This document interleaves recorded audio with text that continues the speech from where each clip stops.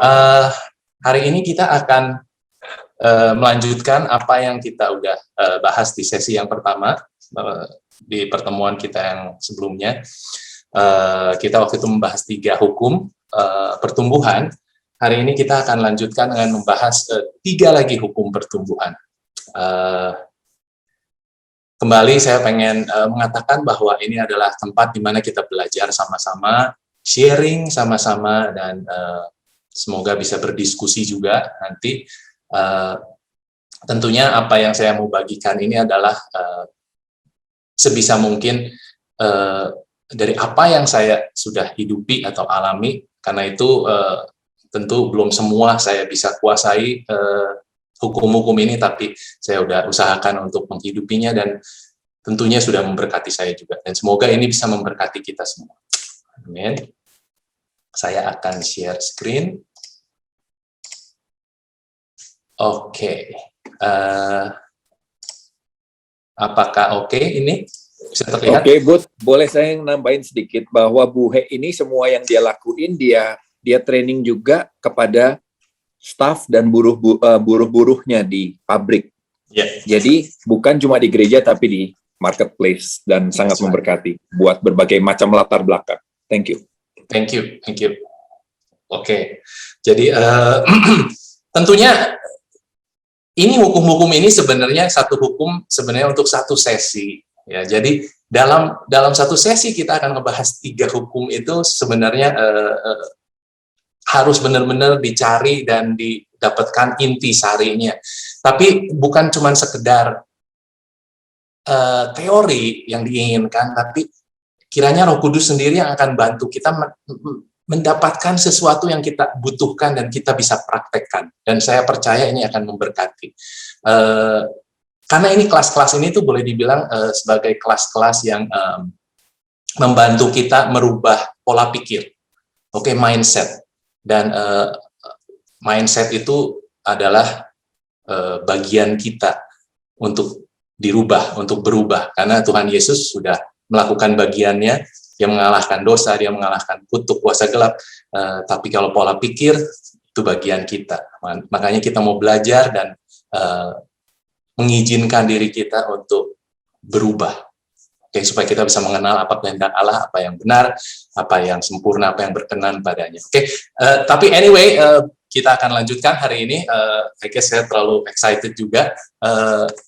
Kalau tentang bahan, saya tahu semua bahan-bahannya baik.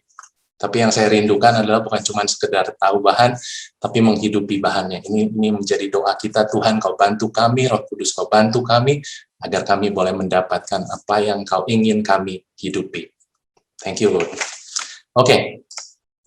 Kembali kita mengulang ini. Hadiah dari Tuhan untuk kita itu potensi. Hadiah dari kita untuk Tuhan adalah mengembangkan potensi. Jadi Tuhan udah taruh potensi dalam hidup kita. PR kita, bagian kita adalah mengembangkannya secara maksimal. Selanjutnya, hadiah terbesar yang kamu bisa berikan pada seseorang adalah pengembangan dirimu. Ini dari Jim Rohn, seorang pembicara juga. Dan saya dapati ini adalah sesuatu yang sangat benar, bahwa kalau kita bertumbuh secara potensi, kalau kita berkembang, kalau kita mengembangkan diri, kita bisa semakin memberkati orang-orang di sekeliling kita. Oke, baik itu di pekerjaan, di keluarga, di ministry, dimanapun. Waktu kita bertumbuh, kita menjadi berkat untuk mereka. Karena itu disebut hadiah terbesar untuk seseorang adalah kalau kita mau dan dengan sengaja mengembangkan diri. Bahwa hari ini dibanding tahun depan, diri kita akan menjadi lebih baik, dan diri kita hari ini lebih baik dari sebelumnya. Itu adalah hadiah yang sangat baik untuk orang-orang yang kita kasihi. Oke, kita masuk ke hukum cermin. Hukum cermin bilang begini, kita perlu melihat keberhargaan diri untuk bisa menumbuhkan potensi diri.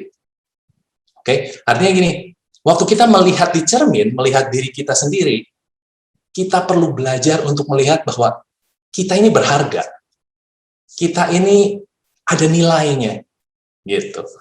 Kalau kita nggak bisa melihat nilainya, kita nggak bisa melihat keberhargaan kita, akan sangat sulit untuk kita bisa bertumbuh di dalam potensi. Jadi kalau Maxwell menjelaskannya seperti ini, bahwa kalau misalnya potensi kita itu maksimalnya dinilai 10, oke? Tetapi kalau cara kita memandang diri kita, cara kita menilai diri kita itu dinilai 4, misalnya ya, maka potensi kita itu kalau kita usahakan akan selalu mentok di 4. Akan selalu mentok di 4. Karena sekalipun potensi kita besar, tapi kalau cara pandang kita, self-image kita tentang diri kita rendah, kita nggak akan pernah bisa melewati itu. Karena kita harus melihat secara keseluruhan apa yang Tuhan katakan tentang diri kita, tentang keberhargaan kita. Nah, kita menginvestasikan waktu, tenaga, keuangan, untuk hal-hal yang kita anggap berharga. Pertanyaannya, apakah kita berharga? Jadi gini, kalau kita misalnya punya mobil baru, oke, kita sangat menghargai itu dan kita tahu itu berharga, kita cuci, kita bersihkan setiap hari, kita kasih poles, kita asuransikan, pokoknya kita berikan yang terbaik, perawatan yang terbaik. Atau mungkin kita mempunyai hobi tertentu yang sangat berharga, kita investasikan di situ. Atau untuk anak-anak kita, oke, kita carikan sekolah yang terbaik, les, kursus, bahkan seminar, beliin buku, dan apapun yang kita rasa akan membantu mereka bertumbuh. Pertanyaannya adalah, hari ini, apa yang kita investasikan untuk diri kita? Untuk kita bertumbuh dan berkembang? Apakah kita berharga? Kalau kita tahu bahwa kita ini berharga, bukankah seharusnya kita menginvestasikan waktu, tenaga, bahkan keuangan untuk membuat kita semakin bertumbuh? Oke, apakah kita masih membaca buku, beli buku walaupun mahal?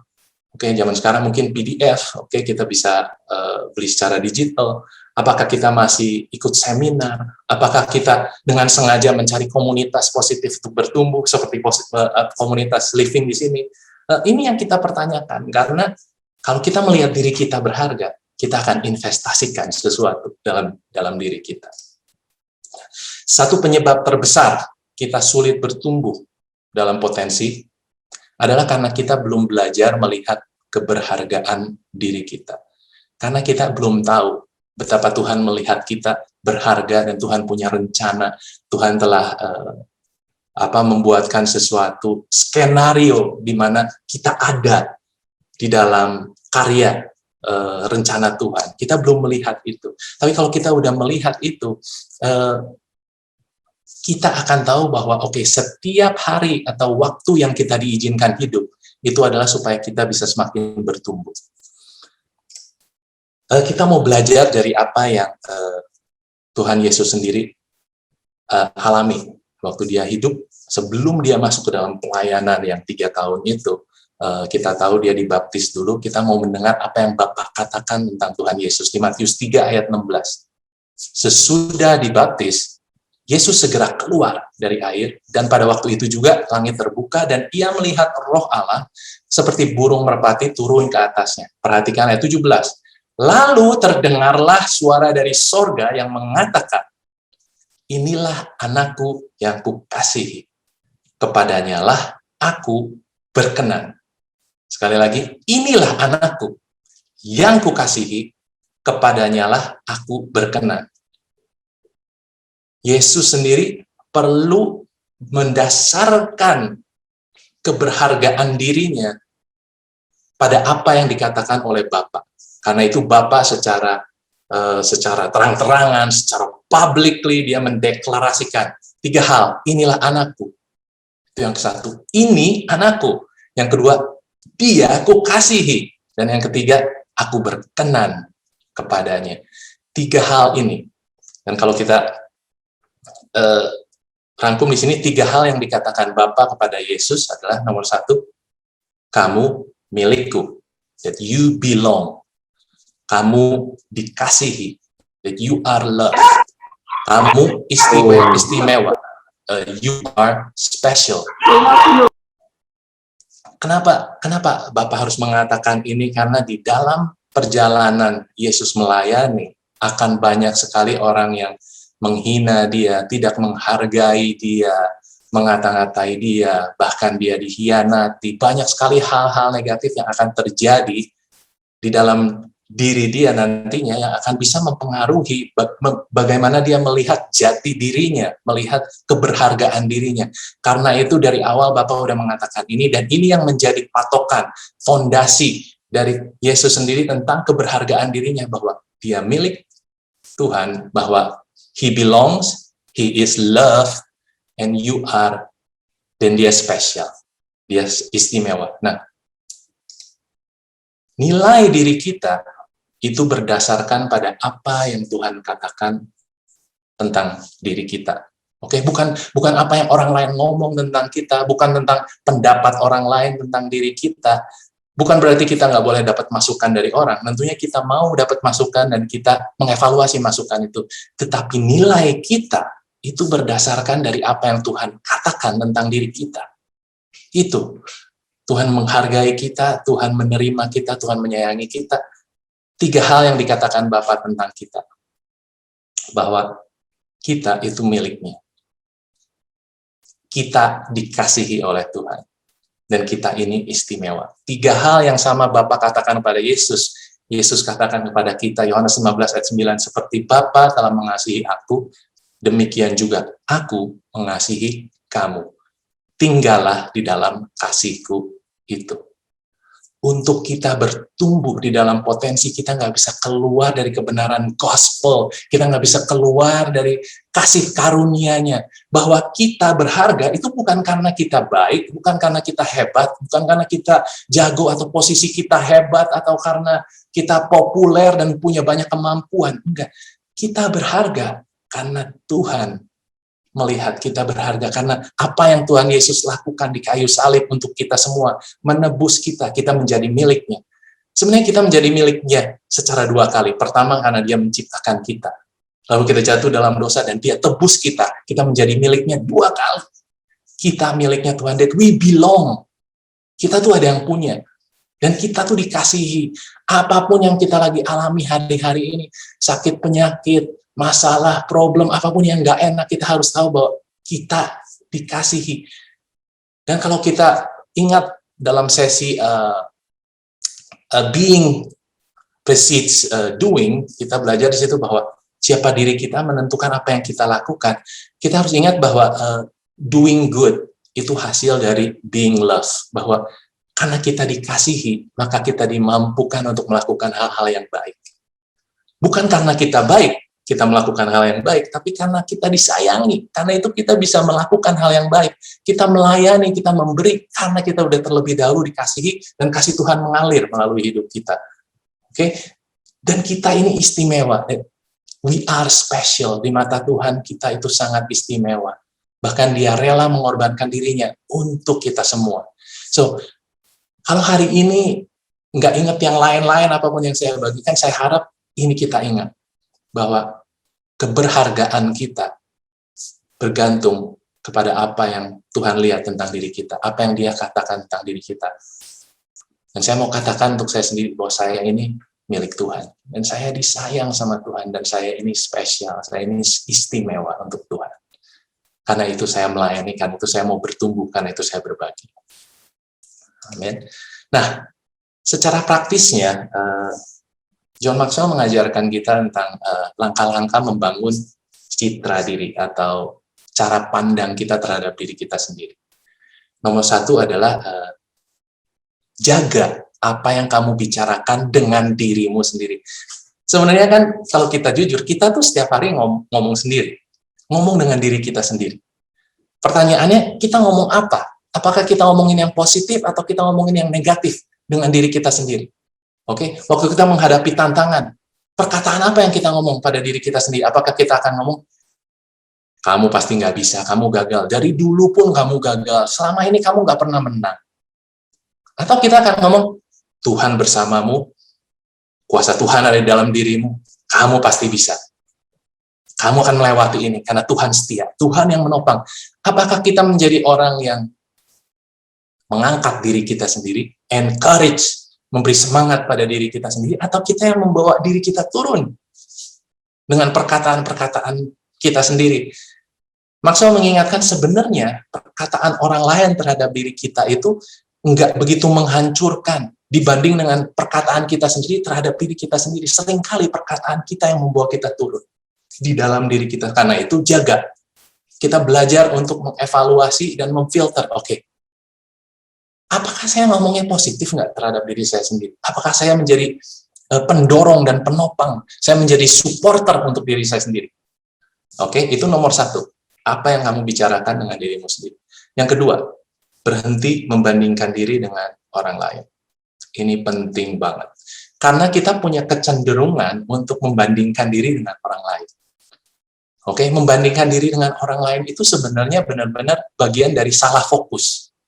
Kita tuh distracted, salah fokus setiap kali kita membandingin diri sama orang lain. Satu-satu yang kita perlu bandingkan diri kita adalah dengan diri kita sendiri. Oke, bahwa hari ini kita harus lebih baik dari kemarin. Diri kita yang hari ini adalah lebih baik dari diri kita kemarin. Itu boleh, membandingkan diri dengan diri kita sendiri, itu boleh. Tapi kalau untuk dengan orang lain, nggak akan jauh deh. Hasilnya paling cuma dua. Satu jadi sombong, satu jadi minder. Kalau kita membandingkan diri sama orang lain, satu jadi sombong, satu minder. Kalau kita ngelihat kita lebih baik dari orang lain, kita jadi sombong. Gue lebih hebat, gue lebih bisa, gue lebih mampu. Tapi waktu kita merasa diri dibandingkan dengan orang lain kita lebih rendah, kita akan jadi minder. Memang gue bukan ini, gue bukan itu, memang gue kurang berguna dan sebagainya. Jadi berhentilah membandingkan diri dengan orang lain. Kalau kita ingat ceritanya Saul sama Daud, kalau kita ingat ya bahwa Saul itu potensinya luar biasa. Samuel katakan di firman Tuhan, tidak ada di Israel yang seperti diri dia. Nggak ada lagi seperti Saul.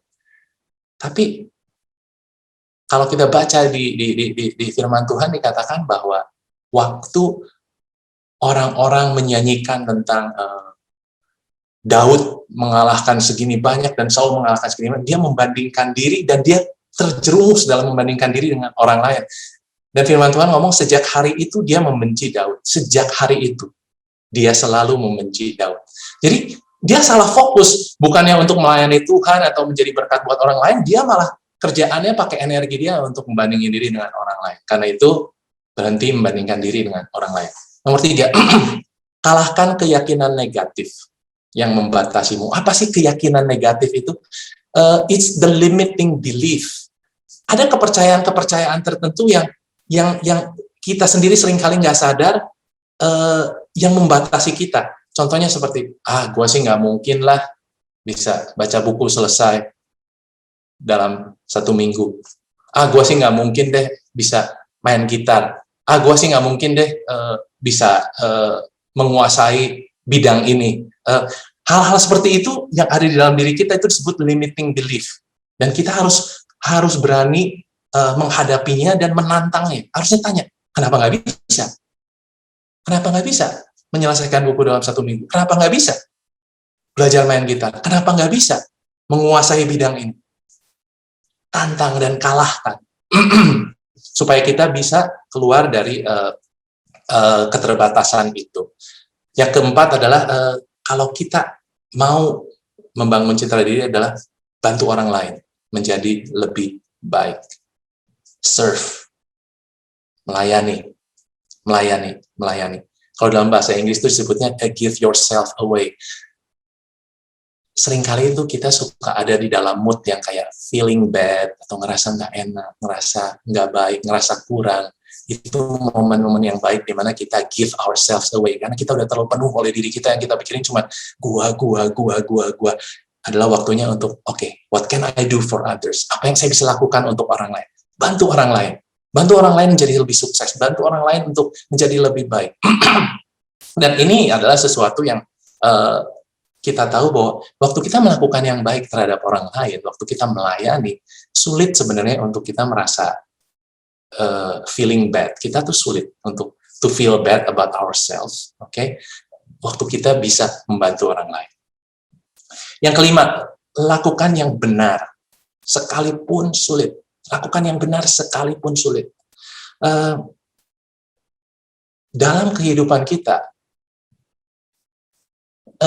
motivasi kita tuh, ini nanti kita akan bahas di hukum selanjutnya. motivasi kita itu sebenarnya umurnya nggak terlalu panjang. Kita termotivasi, terus sudah gitu mulai turun, dan saat-saat itulah kita harus melakukan sesuatu yang sulit, walaupun motivasi sedang turun. Tapi lakukan sesuatu yang benar, lakukan sesuatu yang baik sekalipun nggak mudah, sekalipun sulit. Itu akan membantu kita meningkatkan pandangan kita untuk diri kita sendiri. Yang keenam, melatih disiplin kecil setiap hari dalam area tertentu. Artinya start small. Mulailah sesuatu yang kecil. Jangan mau langsung besar. Ini kalau di kelas-kelas atau termasuk di dalam staff saya gitu ya, saya selalu menantang hal ini dan saya selalu merekomendasikan apa yang kamu butuh. Misalnya di bidang kesehatan dia, pengen lebih fit, pengen lebih sehat, pengen turun berat badan atau apapun, mulailah kecil. Artinya gini, salah satu kepala bagian saya waktu itu membuat keputusan bahwa setiap hari dia akan sit up sebanyak 20 sit up. Kecil sih, karena 20 itu termasuk ya nggak banyak. 20 itu mungkin dalam semenit, dalam 2 menit selesai untuk sit up. Tapi dia memutuskan untuk memulai. Hari itu dia mulai, dan dalam 40 hari setelah kita selesai, dia bisa setiap hari sit up di 140 setiap hari. Karena dia memulai kecil. Tapi seringkali kita jatuh dalam ekspektasi yang nggak terlalu jelas, karena dari awal kita udah menentukan yang, oke, gue harus mulai 100 hari ini. Itu cukup susah. Jadi, mulailah dalam disiplin kecil, yang penting setiap hari dilakukan. Yang penting setiap hari dilakukan. Oke, 10 hari ini selesai. Besok mau nambahin 11, boleh. Besok jadi 11. Besok mau nambahin jadi 12, boleh. Besok nambah jadi 12. Tapi mulailah dari hal-hal yang kecil. Oke? Apapun itu. Yang ketujuh adalah rayakan kemenangan-kemenangan kecil. Artinya begini, kita semua perlu celebrate, oke? Karena kalau saya jujur, saya punya kecenderungan seperti ini. Lu gagal hari ini. Lu harusnya selesai tadi jam 10, hari ini belum selesai. Lu sih, lu memang kurang konsisten, lu memang itu suara yang ada di dalam diri saya. Atau kalau misalnya saya nggak selesai target gitu, saya ada suara-suara seperti itu yang cukup negatif. Tuh kan, lu gagal lagi gitu. Nah, saya harus benar-benar belajar menyadari itu dan mengembalikannya. Saya bukan lagi ngomong bahwa tuh kan gitu, tapi saya mulai ngomong pada diri saya sendiri, bagus kamu masih selesai, walaupun cuma setengah, that's good. Paling enggak, kamu selesai hari ini. Itu artinya merayakan kemenangan-kemenangan kecil. Setiap hari kita tuh pasti ada kemenangan-kemenangan kecil, dan fokuslah pada itu dan rayakan, celebrate. It's okay. Karena kita semua perlu untuk ambil waktu dan celebrate. Karena kalau enggak, beban dalam hidup tuh terlalu banyak. Dan kita dengan mengingat dan mensyukuri dan celebrate, merayakan, kita terbangun kembali. Oke, mental kita terbangun kembali. Yang kedelapan, miliki dan hidupi visi yang positif untuk hidupmu. Untuk saya, visi-visi yang jelas adalah gini, bahwa saya hidup untuk membantu orang lain menjadi lebih baik. Kalau saya datang ke perusahaan, tujuan utama saya bukan untuk dapat gaji atau cari untung, bukan itu tujuan utama saya. Tujuan utama saya adalah untuk saya melihat pribadi yang Tuhan percayakan ada di bawah saya, dan saya melihat hidup mereka untuk berubah, keluarga mereka menjadi lebih baik, tingkah laku mereka, karakter mereka menjadi lebih baik, masalah mereka dalam pekerjaan bisa terselesaikan, dan mereka bisa semakin berubah dalam pola pikir. Itu visi misi saya, adalah untuk saya menambahkan nilai dalam hidup orang-orang yang ada di bawah saya. Sewaktu saya hidup untuk visi dan nilai yang positif, cara pandang saya tentang diri saya pun akan meningkat. Yang ke-9, nah ini kita ambil waktu sebentar. Jika kamu hanya boleh memilih satu kata untuk menggambarkan dirimu, apakah itu? Oke, coba masing-masing kita pikirin. Kalau kita menggambarkan diri kita hanya dengan satu kata, pilih katanya apa? Oke, kata-katanya bisa macam-macam. Kalau di kelas keren-keren sih. Ada yang ngomong I'm fabulous, I'm great, saya energetic, saya semangat, saya komitmen. Jadi satu kata yang menggambarkan diri kita. Coba, saya mau kita ambil waktu untuk memikirkan. Kalau saya perlu menggambarkan diri saya dalam satu kata, apa kata itu? Karena waktu kita bisa menemukan itu kita bisa perkatakan hal-hal yang baik tentang diri kita. Saya masih ingat waktu di conference di Florida, kita disuruh bukan cuma pilih satu kata, kita disuruh pilih 5 kata. Kita pilih 5 kata-kata positif tentang diri kita, dan lucunya ya, kalau 2 kata yang sama itu banyak tuh. Kita waktu itu ada sekitar 1.500 orang di dalam satu conference itu dari berbagai negara, 2 kata yang sama. Misalnya kejujuran, saya orang jujur dan saya orang komitmen. 2, siapa yang kata-katanya sama? Banyak orang mengangkat tangan. Waktu 3 mulai berkurang. Waktu 4 yang sama mulai berkurang. Tapi waktu 5 itu unik. Jadi kadang-kadang kita harus tahu bahwa hidup kita tuh unik. Hal-hal yang positif yang kita pikirkan tentang diri kita pun unik. Karena Tuhan menciptakan kita unik. Oke, coba saya cek apakah. Love, optimis, joyful, cute. Wow, luar biasa. Blessed, benar. Nah, ini yang saya kepengen kita sama-sama berani mengatakan hal ini, bahwa ini diri saya, ini yang positif. Jangan melulu mikirkan tentang hal-hal yang negatif. Simple, sederhana, itu adalah blessed. Oke, good. Dan yang terakhir adalah ambil tanggung jawab atas hidupmu sendiri. Apa artinya ambil tanggung jawab atas hidupmu sendiri? Ada beberapa hal sih. Maksudnya begini, jangan nyalahin orang lain atas keadaan kita hari ini. Ambil tanggung jawab sepenuhnya. Ya tentu kita dipengaruhi, mungkin kita disakiti, dihianati, mungkin kita ditipu, mungkin kita mengalami hal-hal buruk yang udah terjadi di masa lalu. Orang-orang tertentu yang melakukan yang gak enak untuk diri kita. Yes, it happens. Tapi hari ini kita udah gak bisa hidup seperti itu dan selalu menyalahkan itu gitu. Hari ini kita harus memutuskan, enggak, ini hidup saya, I will take responsibility of it. Saya akan mengambil tanggung jawab penuh atas hidup saya sendiri. Oke? Dan belajar untuk tidak komplain untuk hal-hal yang kita izinkan dalam hidup kita. Itu artinya mengambil tanggung jawab sendiri. Apa sih artinya komplain untuk hal-hal yang, artinya gini, aduh hari ini nggak sempet baca Alkitab nih, soalnya telepon nyala melulu. Kita yang mengizinkan telepon ada di depan kita waktu kita baca Alkitab. Ya udah, jangan komplain. Atau, waduh hari ini nggak bisa nih jaga kalori, soalnya gue makan donat nih 5 nih gitu. Emang donatnya itu datang sendiri? Emang donatnya itu tiba-tiba muncul di depan kita? Emang kita itu ditodong pakai pistol untuk kita makan donat? Enggak, itu semua kita izinkan. Kita yang kasih izin untuk kita melakukan itu. Jadi nggak usah komplain untuk hal-hal yang kita memang izinkan dalam hidup kita, gitu loh. Artinya ambil tanggung jawab sendiri. Oke, it's my fault, it's my responsibility. Next, apa yang akan saya lakukan?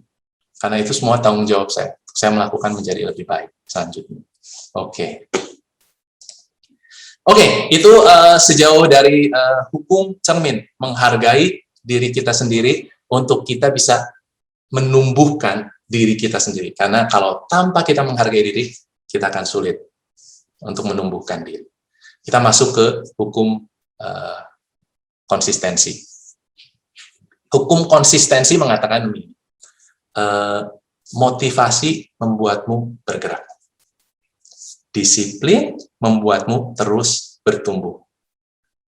Jadi motivation gets you started, okay? But discipline keeps you growing.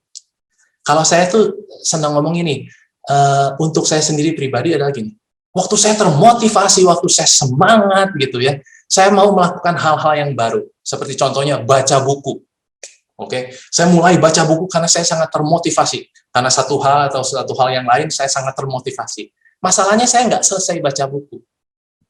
Waktu motivasinya hilang. Jadi saya selalu mengatakan motivasi memulai kita baca buku. tetapi disiplin membantu kita menyelesaikan baca buku. Seringkali kita suka ketukar-tukar, bahwa, aduh motivasi gue hilang nih, jadi gue udah nggak lagi belajar, gue nggak lagi membaca. No, motivasi itu ada di depan, waktu kita memulai. Tetapi untuk kita meneruskan apa yang kita mulai, kita perlu disiplin. Nah, disiplin inilah nggak peduli masalahnya kita lagi feeling atau enggak, kita lagi mood atau enggak, namanya juga disiplin. Kita melakukan walaupun waktu momen-momen tertentu yang kita nggak suka. Misalnya pergi ke gym, oke, ada yang suka tanya ke saya itu kan, kok Boy gimana bisa dari 103 turun ke 82 gitu kan, itu dalam berapa lama kok? Saya bilang dalam 3 tahun. Oh lama ya? Iya, karena memang saya nggak cari cepet, saya cari konsisten. Konsisten itu artinya menciptakan gaya hidup, lifestyle. Kalau pengen cepet, seringkali nggak jadi lifestyle, seringkali belum jadi konsistensinya kalau kita pengen cepet. Jadi artinya kalau kita mau lifestyle itu artinya nggak ada expiration date. Diet hanya untuk 3 bulan, bukannya jelek, tapi maksudnya setelah 3 bulan, gitu ya, motivasinya apa? Tetapi kalau kita ngomongin tentang gaya hidup, kita harus bergantung sama yang namanya disiplin, enak atau nggak enak, kepengen atau nggak pengen, ya lakuin. Pergi ke gym itu seringkali kalau pas lagi mendung, pas lagi mau hujan itu ya, maksudnya nggak semudah dari waktu kita, teman-teman pada semangat, kita juga sangat semangat, kita juga pengen, enggak. Seringkali kita tuh langkah-langkahnya simple, konsisten apa, ganti baju dulu, siapin baju dulu, masukin anduk ke dalam tas, terus begitu mulai jalan ke depan pintu rumah, buka pintu rumahnya, terus nyalain mobil, masuk ke mobil, terus nyalain mobil, dan mulai, itu pun kadang-kadang di tempat parkir, duduk dulu sebentar, terus, aduh, gue pengen tidur deh 5 menit lagi deh sebelum kita nge-gym gitu ya. Gak mudah. Tapi disiplin tuh artinya get it done. Selesaikan. Disiplin tuh mengatakan bahwa selesaikan. Apa yang kamu harus lakukan hari ini, selesaikan. Selesaikan hari ini. Itu disiplin, dan disiplinlah yang membuat kita terus bertumbuh. Dan kita harus mengerti bahwa disiplin dan motivasi itu seperti koin. Oke, depan dan belakang itu motivasi dan disiplin. Itu 2 sisi. Waktu kita disiplin, ada motivasi baru. Waktu ada motivasi, kita mau untuk disiplin. Seperti itu, terus bolak-balik. Kita perlu dua-duanya. Tapi kita nggak bisa selalu hanya bergantung pada motivasi saja. Karena seringkali motivasi itu udah keburu turun. Disiplin yang akan bantu kita menyelesaikan. Oke, disiplin juga yang membantu saya untuk mendengar pada orang waktu saya datang ke kantor, waktu saya datang untuk membimbing atau mendengar. Saya selalu mendisiplin diri untuk waktu ketemu orang, saya mau mendengar mereka. Saya mau mengerti mereka. Saya mendisiplin diri. Sebelum saya ngomong, saya mau dengar dulu. Saya pengen ngerti apa yang dia butuhkan. Apa yang dia perlu. Apa yang membuat dia melakukan hal itu. Sebelum saya marah-marah, saya pengen ngerti landasan dia apa kenapa melakukan hal itu. Sebelum dia ngomong bahwa dia nggak bisa, saya pengen ngerti dulu kenapa dia ngomong nggak bisa. Sehingga saya tahu gimana saya bisa membantu. Saya mendisiplin diri untuk mendengar, untuk memperhatikan, sehingga saya tahu apa yang saya perlu bagikan, apa yang saya perlu bantu. Oke, dengan demikian waktu yang diberikan jadi efektif, dan nggak selalu melulu cuman berpikiran bahwa mereka memang malas, mereka memang nggak bisa, mereka memang nggak begitu, sama sekali nggak gitu. Dalam pengalaman saya, setiap orang yang datang ke perusahaan, mereka semua pengen sukses kok. Nggak ada satupun yang kepengen gagal dalam hidupnya, nggak ada. Cuman kebanyakan nggak tahu gimana caranya sukses, dan pola pikir yang masih belum berubah, sehingga mereka hidup dalam kebiasaan-kebiasaan lama. Dengan cara saya mendisiplin diri untuk melihat seperti itu, saya bisa mengerti dan saya bisa membantu lebih baik. Oke, jadi konsisten.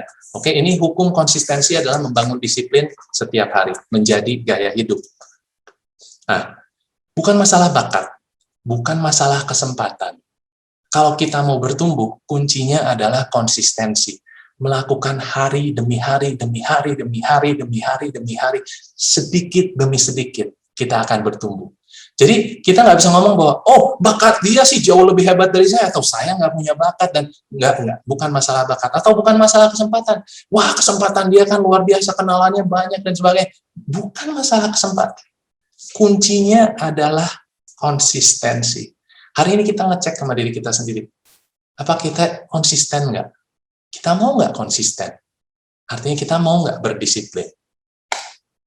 Nah, untuk bertumbuh dalam konsistensi, beberapa hal yang perlu kita perhatikan adalah satu, fokus pada pengembangan diri. Jangan hanya fokus pada pengembangan karir. Seringkali kita terjebak dan kita hanya mikirin kerjaan dan karir. Itu aja yang kita pikirin, enggak. Fokus pada pengembangan diri. Pengembangan diri itu artinya apa? Diri kita itu luas, oke? Karir cuma satu daripada diri kita.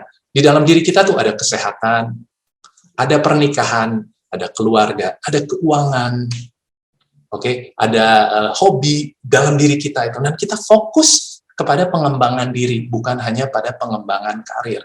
Oke, kalau kita ingat tentang sesi leadership fundamental, kita ngebahas tentang 3C ya, tentang karakter, kompetensi, sama caring. Oke, kita tahu bahwa karakter adalah sesuatu yang kita perlu kembangkan, sangat penting. Bukan cuma kompetensi di kerjaan, kompetensi dalam apa yang kita lakukan, tetapi juga karakter.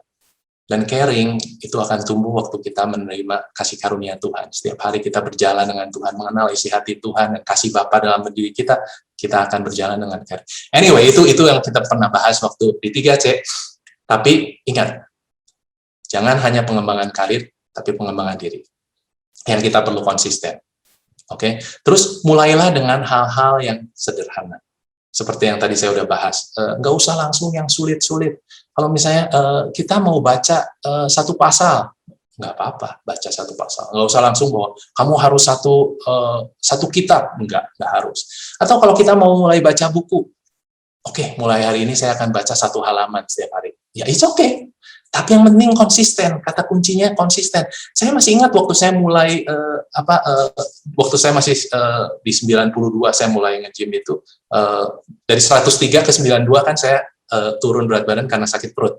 Tetapi dari 93 ke 82 itu karena saya olahraga. Ya, anyway, supaya saya ngerti. Nah, di 93 itu, saya mulai mutusin gini, waktu saya pergi ke gym, trainer saya bilang begini, Pak, kamu harus kurangin gorengan dan kamu harus kurangin gula. Itu 2 hal. Terus saya bilang, oke, saya kalau gitu kurangin gula dulu deh. Karena saya nggak mau dua-duanya langsung, karena saya tahu saya nggak sanggup gitu loh. Jadi saya bilang, nggak apa-apa, saya mulai dengan kurangin gula dulu. Artinya, yang biasa saya selalu minum teh, fresh tea atau apa semua, saya setiap hari pasti minum yang begituan, saya stop semuanya. Semua yang minuman gula-gula saya stop. Tapi gorengan saya tetap makan. Mulailah dengan hal-hal yang simple, hal-hal yang sederhana, apa yang kita bisa. Selanjutnya, waktu saya mulai ngurangin gorengan dan karbohidrat segala, itu pun ngurangin sedikit-sedikit. Oke, nasi kurangin dulu 1 sendok. Gitu. Mulai dari hal-hal kecil, makanya lama, tetapi menjadi gaya hidup. Oke, selanjutnya hargai proses. Jangan cari jalan pintas. Jangan cuma cari penampilan, jangan cuma cari apa yang kelihatan di depan. Hargai proses apa yang ada di dalam. Proses itu seringkali nggak enak, tapi membentuk hal-hal yang tidak terlihat. Itu indahnya proses, karena apa yang ada di dalam itu jauh lebih penting dari apa yang terlihat. Jadi jangan sekedar pengen kelihatannya doang, tapi benar-benar kita mengenali. Jadi jalanin proses. Oke, jangan cari jalan pintas. Oke, jalan pintas tuh seperti ini. Orang dapat hasil tes darah gitu ya, dari lab, terus udah gitu ngelihat, oh kolesterol saya tinggi. Terus kalau orang cari jalan pintas tuh seperti ini. Dia balik lagi ke lab, terus dia bilangin, Bu, bisa dirubah nggak? Edit datanya, Bu. Saya bayar, Bu. Edit datanya, tolong. Supaya kelihatan bagus datanya. Percuma. Cari jalan pintas itu nggak pernah untuk jangka panjang, karena kita nggak ngejalani proses. Sehingga kalau proses harus jalanin hari demi hari. Karena kalau kita jalanin proses, artinya kolesterol kita nanti turun waktu gaya hidup kita berubah. Oke. Selanjutnya, miliki alasan yang kuat, the why. Kenapa kita melakukan disiplin kita? Untuk apa? Ini yang seringkali kita kurang punya. Jadi seringkali kalau kita nggak punya alasan yang kuat waktu kita memulai, kita pun nanti akan berhenti, quit, putus asa di tengah jalan, tanpa alasan yang kuat juga. Kalau kita memulai dengan alasan yang nggak jelas, kita akan berhenti dengan alasan yang nggak jelas juga. Tapi kalau kita memulai dengan alasan yang kuat, setiap hari kita bisa ulang, ini loh kenapa gue lakuin, ini loh kenapa gue lakuin, kenapa gue bayar harga, ini loh yang gue lakuin, ini yang why-nya kuat. Jadi nanti kalaupun di-challenge untuk quit, untuk selesai, untuk berhenti, kita nggak akan berhenti karena kita punya alasan yang kuat. Karena itu milikilah alasan yang kuat. Oke, untuk saya ikut John Maxwell team dan semuanya itu, saya punya 10 alasan. Saya tulis satu-satu, saya punya 10 alasan. Artinya kalau satu alasan hilang, masih ada alasan lain, masih ada alasan lain, masih ada alasan lain. Milikilah sebanyak mungkin alasan, karena alasan why-nya itu seperti bensin untuk hidup kita. Yang akan membawa kita sekalipun motivasi udah turun, tapi why itu akan membantu kita untuk disiplin.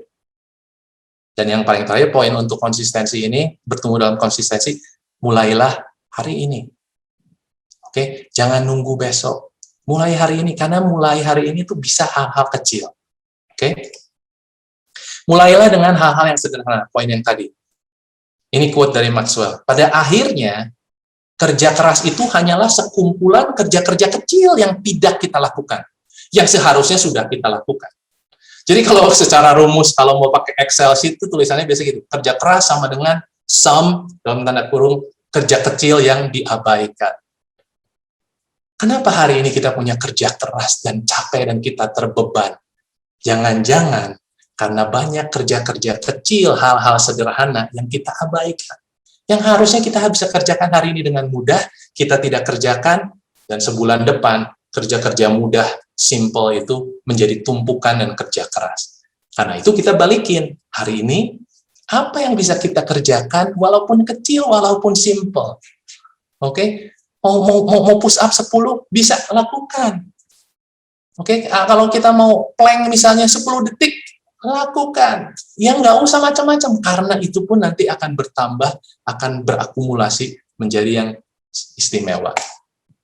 Hargai proses. Disiplin adalah jembatan antara sasaran dan pencapaian. Dan jembatan itu harus selalu dilalui setiap hari. Oke, antara sasaran dan pencapaian. Kita selalu punya goal, punya target. Tapi kita juga pengen ada achievement. Seringkali pencapaian kita nggak sesuai dengan sasaran. Jangan-jangan kita nggak pakai disiplin di dalam. Makanya kita nggak pernah mencapai. Kita nggak pernah mencapai. Dan saya bilang ke anak saya bahwa untuk kita bisa dapat freedom, setiap hari kita harus disiplin. Lucu ya, seringkali kan orang menganggap bahwa disiplin itu kata-kata yang menyebalkan karena dengan disiplin kita tidak punya kebebasan.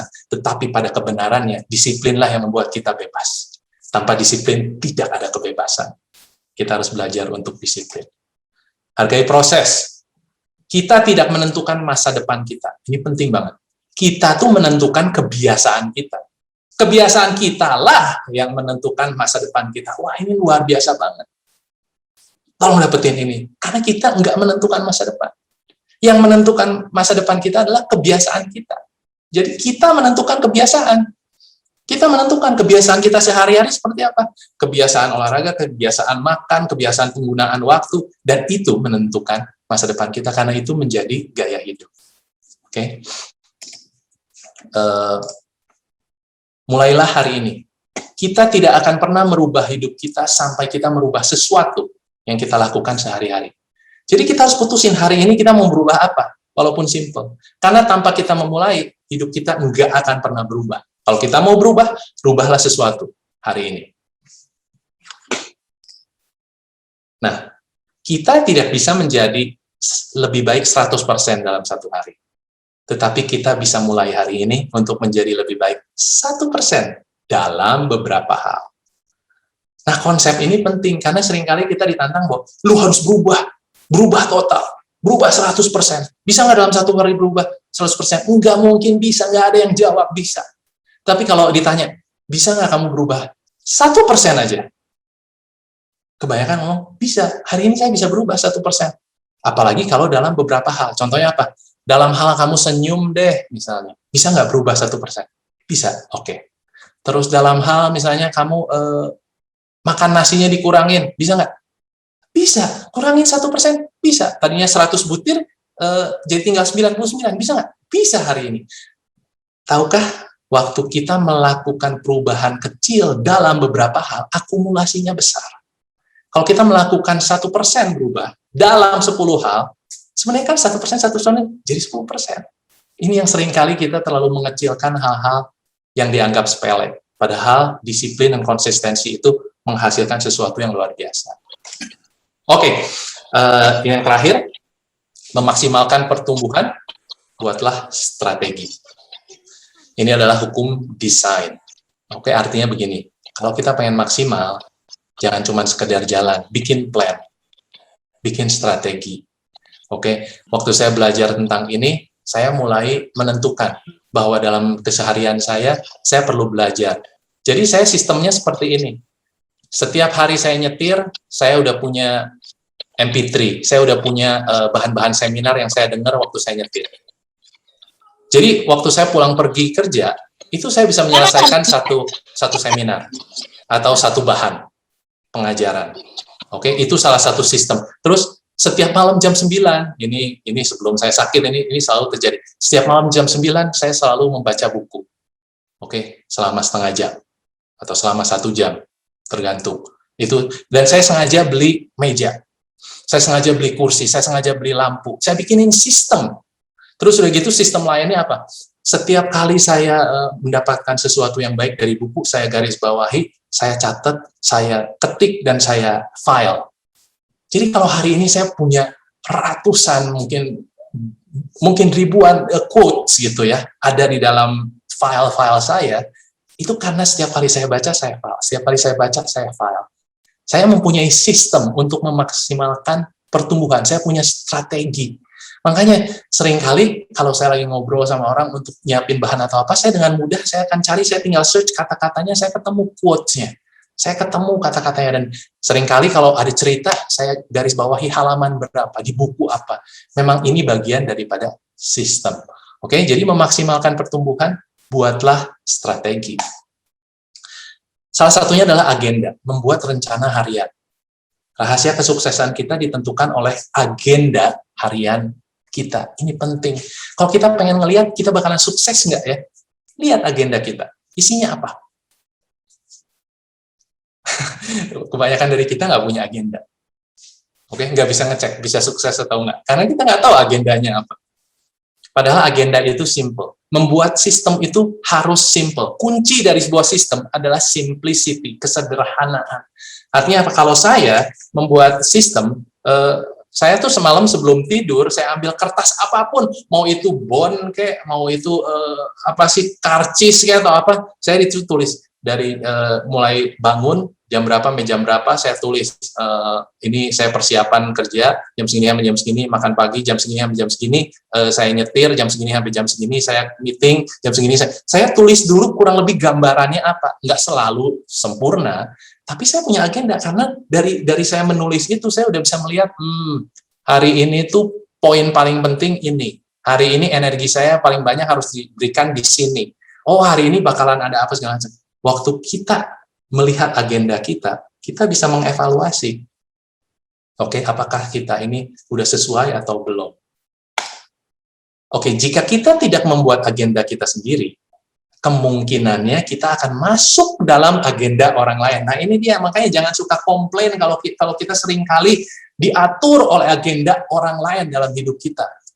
Kita nyemplung, terus kita nggak suka, kita benci karena kita seolah-olah harus diatur dan sebagainya. Mendingan ditanya, kamu punya agenda sendiri nggak? Saya masih ingat waktu itu saya coaching satu pasangan ini suami istri datang, dan waktu itu diketemukan bahwa sang suami sulit untuk membuat agenda, gitu. Dia nggak pernah mau buat agenda, dia nge-flow aja, dia nggak mau plan atau memikirkan, dia jalan aja gitu. Bukannya jelek atau gimana, cuman kalau memang punya target tertentu, kita perlu mempunyai agenda-agenda. Nah, jadi saya putusin, kalau kamu nggak mau bikin agenda, saya bilang ke suaminya, saya akan minta istri kamu yang bikin. Kamu mau nggak bikin agenda untuk kalian berdua? Istrinya ngomong, mau. Oke, silakan kamu bikin. Nah, minggu depan, orangnya datang, tapi suaminya doang. Dan di situ dia baru kebuka. Saya nggak mau sih dibikinin agenda sama istri saya. Gitu. Lah, saya bilang, kalau kamu nggak mau, ya bikin sendiri. Ya, intinya kan seperti itu. Kalau kita nggak mau diatur oleh agenda orang lain, bikin agenda sendiri. Sejelek-jeleknya itu milik kita, dan kita pikirkan tentang kepentingan dan apa yang kita butuhkan, itu agenda sendiri. Nah, beberapa hal yang memerlukan sistem dalam hidup kita, karir, tentu, keluarga, tentu, ya kan, kita harus punya sistem, kapan waktu keluarga kumpul bersama, makan keluarga bersama, dan sebagainya, liburan, dan sebagainya. Kesehatan, ya jelas dong, makannya apa, kapan makannya, kapan olahraga, apa kegiatannya. Hobi juga sama, bukan cuma sekedar hobi, hobi itu nggak jelek, tapi harus ada pengaturan juga. Pernikahan, jelas pernikahan itu harus di-maintain, kapan dating, ya kapan ngobrol, curhat, dan sebagainya. Keimanan, jelas gimana kita cari Tuhan, menyembah, baca firman, gitu kan. Mengembangkan potensi, jelas apa yang sedang kita lakukan. Liburan juga perlu sistem. Jadi hal-hal yang perlu sistem dalam diri kita, contoh-contohnya adalah ini, contohnya. Nah ini, saya sudah hampir selesai. Sistem yang efektif, di dalamnya bicarakan tentang ini, tentang gambaran besar. Oke, tujuan akhir yang jelas. Oke, jangan cuma sekedar sibuk, jangan cuma sekedar banyak kegiatan, tapi tujuannya harus jelas. Untuk apa? Untuk apa?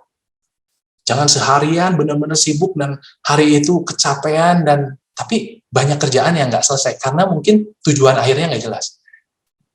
Dan kedua adalah prioritas. Ini yang penting. Kadang-kadang kita mengisi agenda kita dalam sehari, oke, penuh, tapi nggak ada prioritas, nggak ada yang lebih penting, nggak ada yang bisa dibagi waktu dan bakat. Artinya gini, waktu dan bakat tuh gini. Ada orang-orang tuh yang benar-benar produktif banget di jam-jam tertentu. Itu harusnya diisi oleh hal-hal yang penting. Atau mungkin dalam bakat tertentu, bakat itu nggak bisa didelegasikan pada orang lain. Artinya hanya kita yang bisa ngelakuin sendiri, orang lain nggak bisa. Dan itu pun harus diprioritaskan. Oke, jadi penentuan ini penting, prioritas, baik penggunaan waktu ataupun bakat. Oke, pengukuran. Dalam sistem yang efektif harus ada pengukuran. Artinya awalnya di mana, mau berakhirnya di mana, kemungkinan tercapainya seberapa besar, ada pengukurannya. Oke, bayangin kalau misalnya kita main sepak bola nih Euro 2020 tapi nggak ada pengukuran. Nggak peduli mau gol berapa, pokoknya yang penting lu main. Nggak seru, nggak seru. Harus ada pengukuran, harus ada batas waktu. Gitu loh, main 45 menit dikali 2, dan udah gitu kita lihat skornya berapa, ada skor. Dalam sistem kita pun ada skor. Oke, pencapaiannya, ada di mana kita saat ini. Oke, selanjutnya aplikasi. Kalau cuma bikin plan dan agenda doang tanpa diaplikasikan juga percuma. Karena itu kita harus mempunyai langkah-langkah, step, action step, action step, action step. Oke, untuk kita bisa menjalankan plan kita. Oke, jadi jangan cuma bikin plan, tapi kita pikirkan, oke, apa yang pertama saya lakuin? Sudah itu apa? Sudah itu apa? Oke, selanjutnya pengaturan. Oke, pengaturan itu artinya apa sih? Organization. Jadi pengaturan itu penting supaya bisa hemat waktu dan efisien.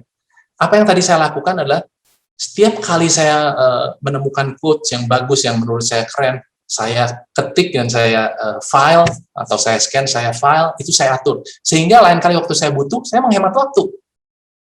Jadi efisien. Gitu loh. Saya nggak akan cari-cari, karena nyarinya sendiri bisa 30 menit. Bukunya apa yang kemarin gue baca tuh, bukunya apa, itu keren banget. Terus videonya apa tuh kemarin yang gue nonton, itu keren banget. Itu nyarinya aja bisa 30 menit. Nggak hemat waktu. Tapi kalau kita udah tahu di mana waktu itu, kita bisa hemat waktu.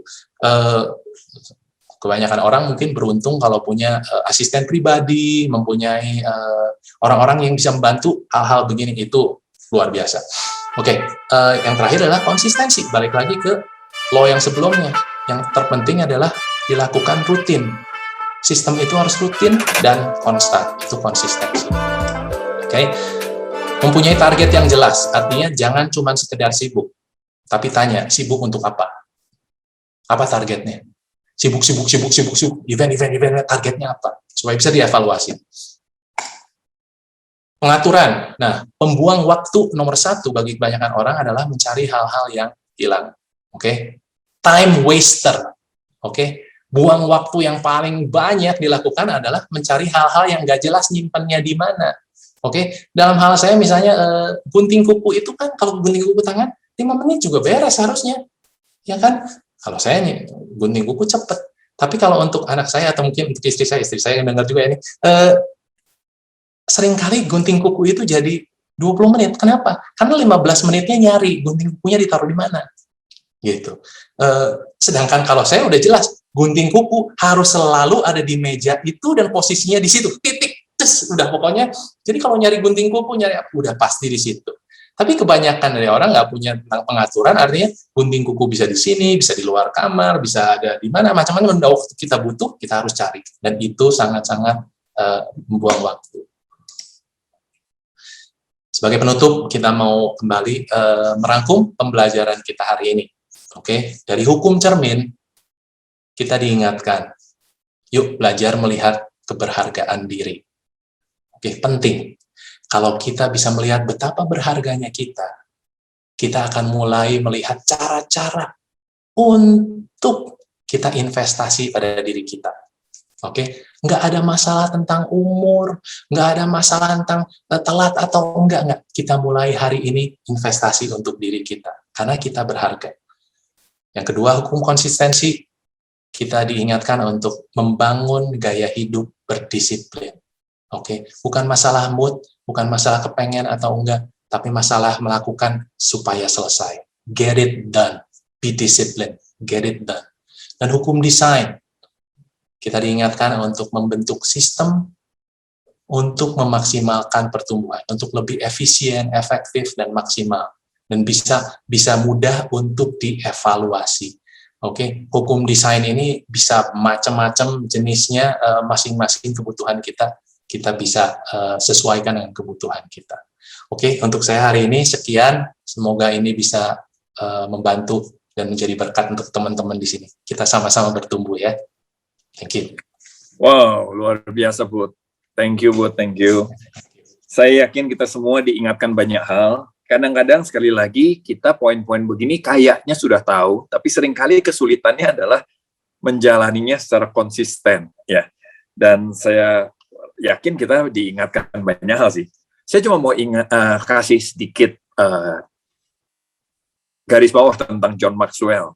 John Maxwell itu memang saat ini dikenal sebagai pembicara tentang leadership management, leadership di marketplace. Tapi sebetulnya dia seorang anak pendeta, bahkan John Maxwell itu juga pendeta. Dalam pertumbuhannya dia sebagai seorang pendeta, dia itu dipersiapkan menjadi ketua sinode. Dia akan jadi ketua sinode, tapi terus dia memikir dia kok lebih punya passion untuk ada di marketplace. Dan waktu dia memutuskan itu, sinodenya cukup heboh, karena kan pendeta kok pergi keluar, kasarnya begitu. Tapi papinya mendukung dia. Jadi dia nggak jadi ketua sinode, tapi dia jadi seperti yang sekarang kita kenal dan memberkati secara luas.